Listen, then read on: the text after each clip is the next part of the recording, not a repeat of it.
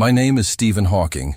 I am a theoretical physicist who has spent the better part of my career studying the fundamental nature of the universe, from the smallest particles to the largest cosmic structures. And today, I need to tell you something that might shatter one of humanity's most cherished dreams. The dream of becoming a multi-planetary species. The dream of setting foot on Mars and calling it our second home. After decades of calculations, observations, and deep contemplation about the nature of space travel, I must present you with an uncomfortable truth. Getting humans to Mars may not just be difficult or expensive or technically challenging. It may, in fact, be impossible. Now, before you dismiss this as the pessimistic ramblings of someone who has spent too much time contemplating black holes, let me ask you this. Have you ever truly considered what it means to travel 225 million kilometers through the most hostile environment imaginable? Have you ever stopped to think about what happens to the human body when it's subjected to cosmic radiation levels that are 100 times higher than what we experience here on Earth? Or what occurs to the human psyche when it's trapped in a metal tube the size of a small apartment for 9 months, knowing that Earth is nothing more than a pale blue dot disappearing behind you? I have been fascinated by space travel since I was 8 years old, when my father first showed me a telescope and pointed it toward Mars. That reddish glimmer in the night sky captured my imagination in a way that would shape my entire career. When I was diagnosed with motor neuron disease at 21, one of my first thoughts was not about my shortened life expectancy, but about whether I would live long enough to see humans walk on Mars. 50 years later, as I approached the end of my journey, I realized that my initial optimism may have been based on a fundamental misunderstanding of the challenges involved. Let me take you through the physics of what we're actually proposing when we talk about a manned mission to Mars. First, we need to accelerate a spacecraft carrying several tons of equipment, food, water, oxygen, and human beings to a velocity of approximately 11 kilometers per second just to escape Earth's gravitational well. This requires burning roughly 500 tons of rocket fuel in less than 10 minutes. The energy required is equivalent to detonating 45,000 tons of TNT, all focused through a controlled explosion beneath a vehicle carrying living human beings. And that's just to leave Earth. Once in space, our intrepid travelers face what I call the cosmic shooting gallery. Space between Earth and Mars is filled with debris ranging from dust particles to asteroid-sized chunks of rock, all traveling at velocities that would make a bullet seem like it's standing still. A piece of space debris no larger than a paint fleck, traveling at 10 kilometers per second, carries enough kinetic energy to punch through the hull of any spacecraft we've ever built. The mathematics are unforgiving. Kinetic energy equals 1/2 times mass times velocity squared. When velocity reaches 10,000 meters per second, even the tiniest mass becomes a devastating projectile. But let's assume, for the sake of argument, that our spacecraft successfully navigates this cosmic obstacle course. Now we encounter what may be the most insurmountable challenge of all: radiation. Beyond Earth's protective magnetosphere, space is flooded with high-energy particles from the sun and deep space. These particles, primarily protons traveling at nearly the speed of light, carry enough energy to tear through DNA molecules like bullets through paper. During a typical 9-month journey to Mars, an astronaut would absorb a radiation dose equivalent to getting a full-body CT scan every 3 days. The biological effects of this radiation exposure are not theoretical. We have data. During the Apollo missions to the Moon, astronauts reported seeing flashes of light even with their eyes closed. These flashes were cosmic rays passing directly through their retinas and optic nerves. The Moon missions lasted only a few days. A Mars mission would expose astronauts to this radiation for the better part of a year, then continue the exposure during their stay on Mars, which lacks a substantial atmosphere or magnetic field for protection. I have spent considerable time studying the cellular damage caused by high-energy radiation. When a cosmic ray strikes a living cell, it creates what we call a track of destruction, ionizing atoms along its path and breaking chemical bonds that have taken millions of years of evolution to perfect. The most insidious aspect of this damage is that it's cumulative. Each cosmic ray hit adds to the total damage, slowly degrading the cellular machinery that keeps us alive. By the time our Mars explorers reach the red planet, Their DNA would be so thoroughly damaged that cancer would be virtually inevitable. Can you imagine the ethical implications of sending human beings on what essentially amounts to a suicide mission? As a scientist, I am trained to follow the data wherever it leads, regardless of how uncomfortable the conclusions might be. And the data tells us that any human who travels to Mars using current technology will likely die from radiation-induced cancer within 5 to 10 years of their return to Earth. This is not speculation. This is physics. Now, you might argue that we could develop better shielding. After all, we've solved seemingly impossible engineering challenges before. We put humans on the moon. We built machines that can think. Surely we can figure out how to protect astronauts from radiation. But here's where the mathematics become truly sobering. To provide adequate protection from cosmic radiation, we would need a shield made of several meters of lead or concrete surrounding the entire spacecraft. The mass of such a shield would be astronomical. We're talking about hundreds of thousands of tons of material that would need to be accelerated to escape velocity. Let me put this in perspective. The International Space Station, one of the largest structures ever assembled in space, has a mass of approximately 420 tons. A radiation shield capable of protecting astronauts during a Mars mission would need to be roughly 500 times more massive. The fuel required to accelerate such a structure would exceed the entire global production of rocket fuel by several orders of magnitude. We would literally need to strip mine entire asteroids just to gather enough metal for the shielding. But radiation is only one of several potentially insurmountable obstacles. Let's talk about the psychological challenges. I have had the unique experience of being trapped in my own body for decades, unable to move or speak without assistance. This has given me an unusual perspective on the effects of confinement and isolation. Even with the love and support of family and friends, even with the intellectual stimulation of my research, there are moments when the psychological burden becomes almost unbearable. Now imagine being confined in a space no larger than a small house, with the same 3 or 4 people for 9 months, knowing that the slightest technical failure could result in your death. There's no possibility of rescue, no way to go outside for fresh air, no privacy, no escape from the constant noise of life support systems. The psychological studies conducted on isolated groups in extreme environments paint a disturbing picture. Even the most psychologically stable individuals begin to show signs of serious mental deterioration after just a few months of isolation. The Soviet Union conducted several experiments in the 1970s and 80s involving complete isolation of small groups for extended periods. In almost every case, the subjects developed what psychologists call third quarter syndrome, a period of deep depression, paranoia, and sometimes complete psychological breakdown that typically occurs about 3/4 of the way through the isolation period. For a Mars mission, this would happen just as the spacecraft approaches the red planet, when clear thinking and steady hands are most critical. During my own darkest moments with ALS, I have experienced something similar to what these isolated subjects reported, a feeling of being completely cut off from the rest of humanity, trapped with no possibility of escape. The difference is that I knew my family was just in the next room. I knew that Earth was beneath my feet. Mars travelers would have no such psychological anchors. They would be truly, utterly alone in the vast emptiness of space. Then there's the question of what happens when they actually reach Mars. The planet's atmosphere is 95% carbon dioxide, with an atmospheric pressure less than 1% of Earth's. The average temperature is -80 degrees Celsius. The soil contains toxic perchlorates that would poison any human who came into contact with them. There's no liquid water on the surface, no breathable atmosphere, no protection from radiation. In essence, Mars is a frozen, poisonous desert that makes Antarctica look like a tropical paradise. Setting up a sustainable human presence on Mars would require transporting not just humans, but an entire industrial civilization. We would need to bring equipment for manufacturing everything from computer chips to medical supplies. We would need redundant life support systems, since a single failure would mean death for everyone. We would need to solve the problem of growing food in toxic soil under an atmosphere that's essentially poison. And we would need to do all of this while being bombarded by radiation levels that would kill an unprotected human in a matter of hours.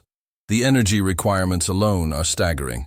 Every calorie of food, every liter of water, every breath of oxygen would need to be carefully managed and recycled with 100% efficiency. There's no room for waste, no forgiveness for mistakes. Compare this to Earth, where our atmosphere naturally recycles our waste products, where plants convert carbon dioxide to oxygen, where the water cycle purifies and redistributes fresh water across the planet. We take for granted a global life support system that has taken 4 billion years to evolve and fine-tune. As I've grown older and my understanding of the universe has deepened, I've come to appreciate just how rare and precious our Earth truly is. We exist in what astronomers call the Goldilocks zone. Not too hot, not too cold, but just right for liquid water and complex chemistry. Our planet has a magnetic field that protects us from cosmic radiation. We have an atmosphere thick enough to burn up most space debris before it reaches the surface. We have a moon large enough to stabilize our rotation and create the tides that may have been crucial for the development of life. The more I study the cosmos, the more convinced I become that Earth-like planets are extraordinarily rare. Yes, we've discovered thousands of exoplanets orbiting other stars, but the vast majority are either too hot, too cold, too large, too small, or orbit stars that are too unstable to support life as we know it. The combination of factors that make Earth habitable, our distance from the Sun, the composition of our atmosphere, the presence of our magnetic field, the stabilizing influence of our unusually large moon, represents a cosmic lottery win of astronomical proportions. This realization has led me to a profound shift in thinking about humanity's future. Instead of focusing on escaping to other planets, perhaps we should be focusing on protecting and preserving the one planet we know can support human life. The resources required for a single Mars mission could instead be used to solve climate change, to develop sustainable energy sources, to clean our oceans, to preserve our biodiversity. We could create a truly sustainable civilization here on Earth, one that could last for millions of years. But there's something even more fundamental at stake here. Throughout my career, I have been guided by the belief that the universe is knowable, that its secrets can be unlocked through careful observation, rigorous mathematics, and honest analysis of the data. When we persist in pursuing goals that the physics clearly shows to be impossible or prohibitively dangerous, we risk undermining the very scientific method that has brought us so far as a species. I think about this often as I lie in bed at night, looking up at the stars through my window. Some of those points of light are planets orbiting distant stars, worlds that may harbor life forms we can't even imagine. The universe is vast beyond comprehension, filled with wonders that make our greatest science fiction seem mundane by comparison. But it's also governed by laws that are absolute and unforgiving. The speed of light cannot be exceeded. Energy must be conserved. Entropy always increases. These are not suggestions or guidelines. They are fundamental constraints on what is possible in our universe. Human beings evolved on Earth, shaped by its specific gravity, its atmospheric pressure, its radiation environment, its 24-hour day-night cycle. We are not generic biological machines that can be easily adapted to any environment. We are the product of 4 billion years of evolution in one very specific set of conditions. Taking us away from those conditions is like trying to run terrestrial software on alien hardware. It might be possible in theory, but the practical challenges may well prove insurmountable. This brings me to perhaps the most important question of all. What does it mean to be human? Are we our bodies, finely tuned to Earth's environment over millions of years of evolution? Or are we our minds, our consciousness, our accumulated knowledge and culture? If it's the latter, then perhaps the future of humanity lies not in transporting our biological selves to other worlds, but in finding other ways to extend our reach across the cosmos. I have spent my career thinking about information, about how it can be preserved and transmitted across vast distances and spans of time. The human genome is information, our literature, our music, our scientific knowledge, all information. Perhaps instead of trying to transport living humans to Mars, we should focus on preserving and transmitting human information.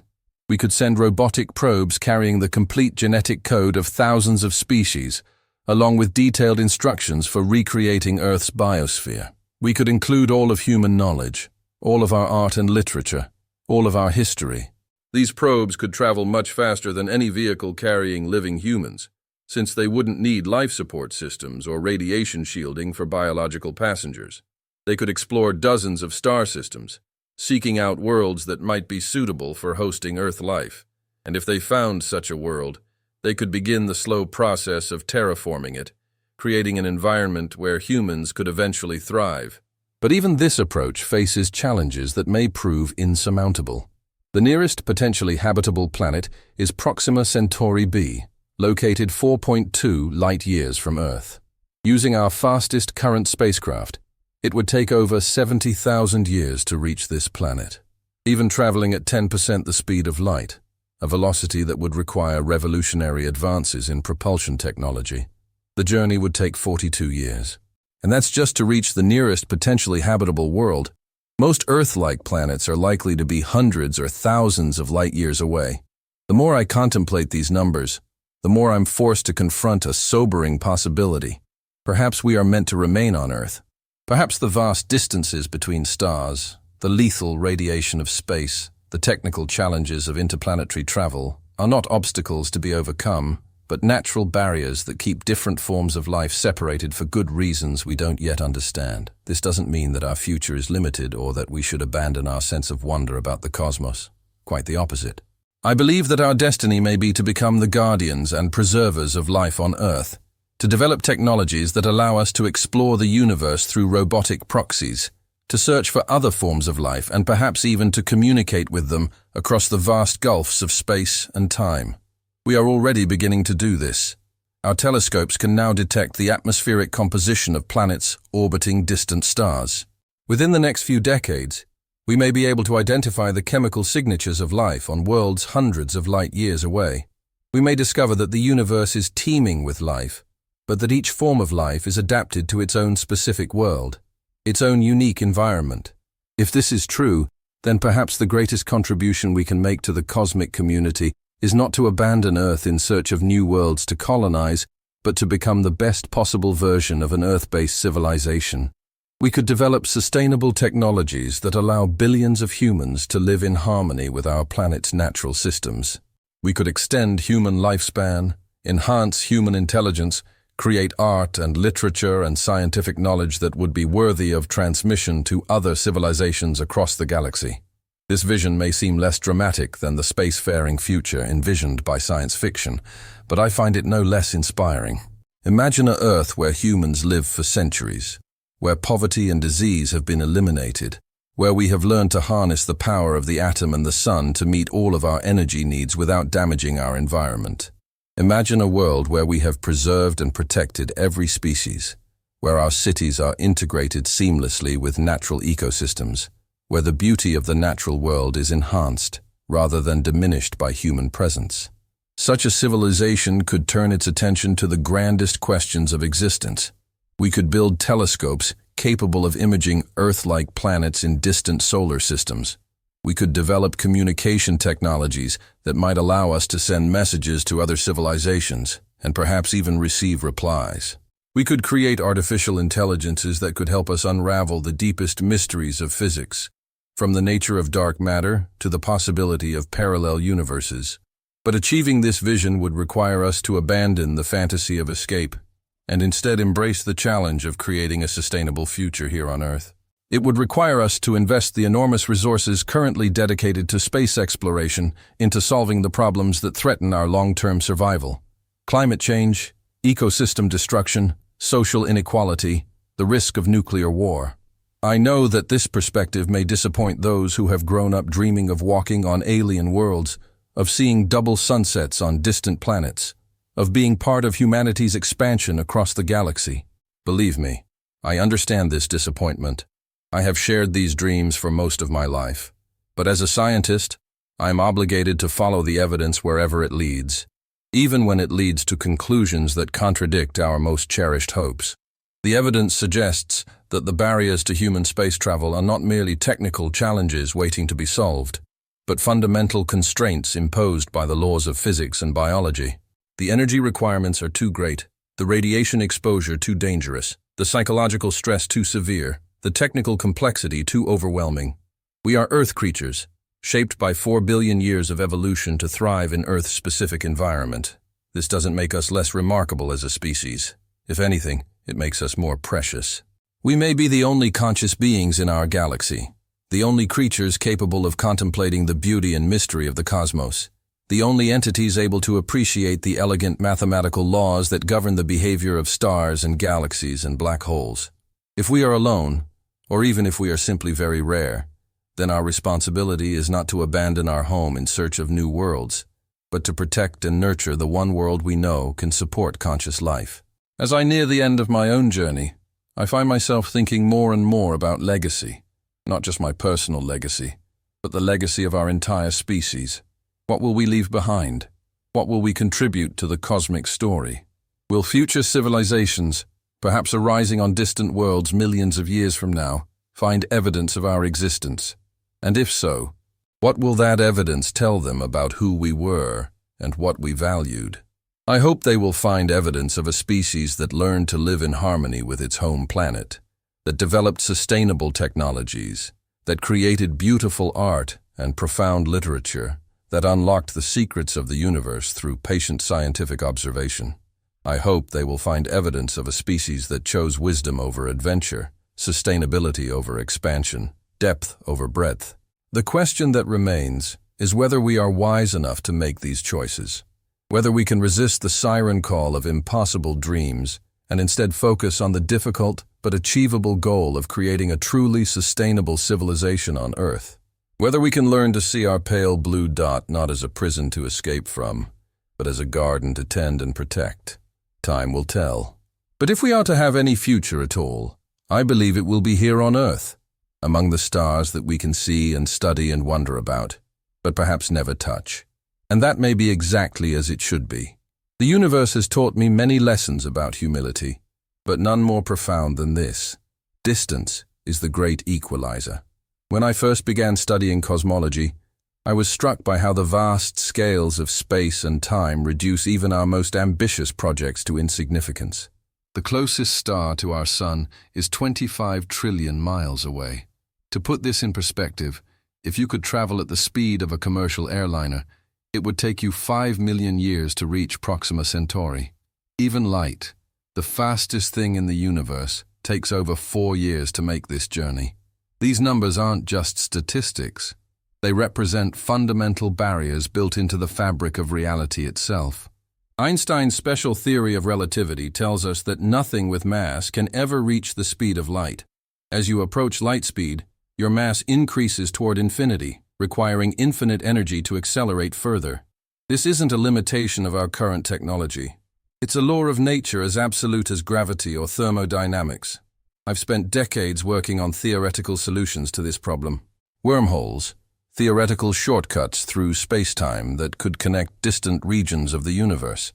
Alcubierre drives, hypothetical engines that could warp space itself, allowing faster-than-light travel without technically violating relativity. These concepts are mathematically sound and intellectually fascinating, but they all require something that may not exist: exotic matter with negative energy density. The amount of negative energy required for even the smallest traversable wormhole would exceed the total energy output of our Sun for billions of years. We're not talking about advanced technology here. We're talking about harnessing energy sources that dwarf anything we've ever imagined.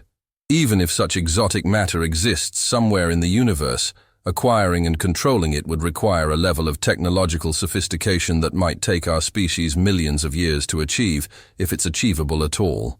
This brings me to what I call the Fermi paradox of human space exploration. Enrico Fermi famously asked, "Where is everybody?" referring to the apparent absence of extraterrestrial civilizations despite the vast number of potentially habitable planets in our galaxy. But perhaps we should be asking a different question. Why isn't anybody here? Maybe the answer is the same reason we can't get there. Maybe the barriers to interstellar travel are so fundamental that they prevent any biological species from spreading beyond their home worlds. Consider this possibility. Every intelligent species that has ever evolved has faced the same constraints we're facing, the same radiation exposure, the same impossible energy requirements, the same vast distances, the same biological limitations. Perhaps the galaxy is full of intelligent civilizations, all trapped on their home worlds by the same laws of physics that trap us on ours. Perhaps this is the natural state of intelligent life in the universe. islands of consciousness separated by unbridgeable gulfs of space and time. If this is true, it would explain many puzzles about our universe. It would explain why we don't see evidence of galactic civilizations that have spread across thousands of star systems. It would explain why the radio spectrum isn't filled with the chatter of interstellar communications. It would explain why ancient artifacts from alien visitors haven't been found buried in our geological record.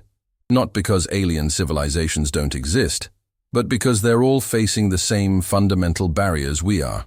This perspective has led me to reconsider what we mean by the conquest of space.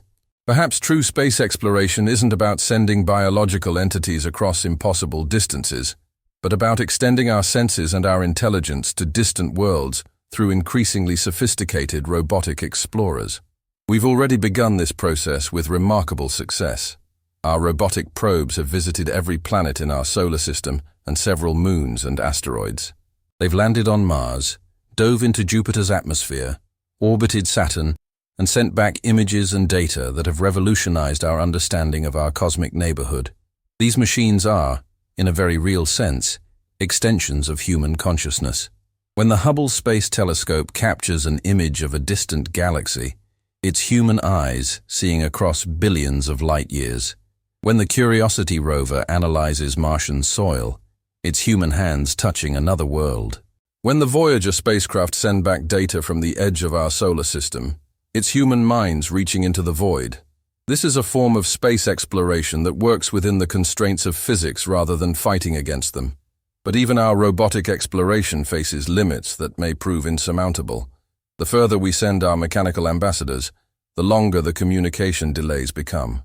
Radio signals from Mars take between 4 and 24 minutes to reach Earth, depending on the relative positions of the planets. From Jupiter, the delay is between 33 and 54 minutes. From the edge of our solar system, where the Voyager spacecraft are now traveling, radio signals take over 20 hours to reach us. Now imagine trying to control a robotic explorer on a planet orbiting Proxima Centauri. Every command would take over 4 years to reach the robot, and every response would take another 4 years to return to Earth.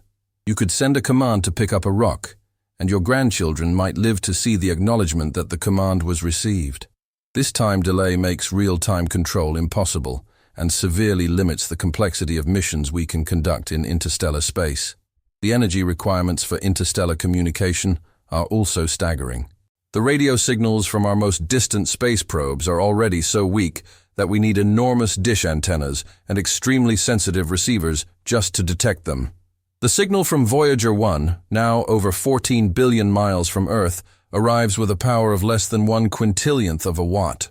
To maintain communication with a probe in another star system would require either transmitters more powerful than anything we've ever built, or antennas larger than entire cities.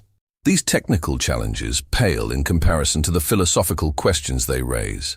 If we can never physically travel to other star systems, and if our communication with robotic explorers is limited by multi-year delays, in what sense can we claim to be exploring these worlds? Are we simply observing distant phenomena, like astronomers studying galaxies through telescopes? Or is there something qualitatively different about sending a human-made object to touch alien soil, even if that object operates independently for years at a time? I've wrestled with these questions throughout my career, and I've come to believe that the answers depend on how we define human consciousness and human presence. If consciousness is simply the ability to process information and make decisions, then our robotic explorers already carry a form of human consciousness to distant worlds. They operate according to principles we've programmed into them, making decisions we've taught them to make, pursuing goals we've given them. But there's something irreducibly human about direct sensory experience, about the feeling of alien soil beneath your feet, about breathing alien air, about looking up at an alien sky. Our robotic proxies can measure and analyze these experiences, but they can't feel them. They can tell us the chemical composition of Martian soil, but they can't convey the wonder of standing on another planet and realizing that you're further from home than any human has ever been. This limitation points to one of the deepest questions in philosophy and cognitive science: the relationship between subjective experience and objective measurement. We can build instruments that detect electromagnetic radiation across the entire spectrum, but do they see the way we see? We can build computers that process information faster than any human brain, but do they think the way we think? We can build robots that explore alien worlds, but do they experience wonder the way we experience wonder? These questions become particularly poignant when we consider the possibility that consciousness itself might be the most precious and rare phenomenon in the universe. If awareness, if the ability to contemplate beauty and meaning and purpose is truly exceptional in the cosmic scheme, then perhaps our responsibility is not to spread that consciousness to other worlds, but to protect and nurture it here on Earth. During the darkest periods of my illness, when the progression of ALS has left me almost completely paralyzed, I've had ample time to contemplate what makes life meaningful. Is it physical capability, the ability to move and act and manipulate the physical world? Or is it something more fundamental, the capacity for thought, for emotional connection, for the appreciation of beauty and truth? I've concluded that consciousness itself, the mere fact of being aware and able to think, is more remarkable than any physical achievement. Every time you form a thought, every time you feel an emotion, every time you recognize a pattern or solve a problem, you're participating in what may be the most extraordinary phenomenon in the universe. And this phenomenon requires very specific conditions to flourish: the right temperature, the right atmospheric pressure, protection from radiation, access to energy and nutrients. These conditions exist naturally on Earth, and almost nowhere else in our solar system. Creating them artificially, whether on Mars or in interstellar space, would require such enormous resources and such perfect engineering that the slightest failure would mean the extinction of consciousness in that location. Is it worth risking the complete loss of human awareness just for the chance to experience it briefly on another world? The more I study the universe, the more convinced I become that Earth represents a kind of cosmic sanctuary for consciousness. We are protected by our atmosphere, our magnetic field, our stable orbit around a well-behaved star. We are part of a finely tuned ecosystem that has been optimized by billions of years of evolution to support not just life, but intelligent life, aware life, contemplative life. Perhaps our destiny is not to abandon this sanctuary in search of new worlds, but to make ourselves worthy of it, to become the kind of species that could serve as guardians of consciousness in the universe, to develop technologies that allow us to explore and understand the cosmos without leaving our protective cocoon, to create art and literature and scientific knowledge that would be worthy of preservation for future eons, regardless of whether any other conscious beings ever exist to appreciate them. This vision requires a fundamental shift in how we think about progress and achievement. Instead of measuring our success by how far we can travel or how much territory we can claim, we would measure it by how deeply we can think, how clearly we can see, how beautifully we can create. Instead of conquering space, we would explore the infinite landscapes of mathematics, philosophy, art, and human understanding. Such a civilization would not be limited or constrained. It would be focused. Like a master craftsman who spends decades perfecting a single art form, we could spend millennia perfecting the art of being conscious, of being aware, of being human. We could extend human lifespan not to give us time to travel to distant stars, but to give us time to fully explore the depths of human potential right here on Earth. We could eliminate the suffering caused by disease, poverty, ignorance, and hatred. We could create educational systems that allow every human being to develop their full intellectual and creative capacity. We could build sustainable technologies that provide abundance without destroying the natural systems that support us. We could develop artificial intelligences that amplify human thinking rather than replacing it, that help us solve problems too complex for unaugmented human minds to tackle. Most importantly, we could learn to see Earth not as a stepping stone to somewhere else, but as a destination in itself, a place so rare, so precious, so perfectly suited for consciousness that finding another like it anywhere in the universe would be virtually impossible. A world that deserves not to be abandoned in search of lesser copies, but to be cherished, protected, and optimized as a home for awareness itself. The question that haunts me as I approach the end of my own consciousness is whether humanity is wise enough to make this choice, Whether we can overcome our restless urge to explore and conquer and instead embrace the harder challenge of becoming truly worthy of the extraordinary world we already inhabit. Whether we can learn to see the impossible barriers to interstellar travel not as limitations to be overcome, but as cosmic guardrails designed to keep consciousness safe in the few places where it can flourish. If we can make this transition, if we can become gardeners of consciousness rather than conquistadors of space, then perhaps our future will be brighter than any science fiction writer has ever imagined. Not because we will spread across the galaxy, but because we will become something worthy of the cosmos that created us. A species that truly understands what a miracle it is to be aware, to be alive, to be human in an infinite universe that is mostly dark, cold, and empty. This may be the greatest discovery of all, that home is not a place to escape from, but a treasure to protect. That the impossible distance to the stars is not a barrier to overcome, but a reminder of how precious and rare our pale blue dot truly is. And that the highest form of exploration may not be journeying to distant worlds, but journeying inward, to discover the infinite depths of consciousness itself.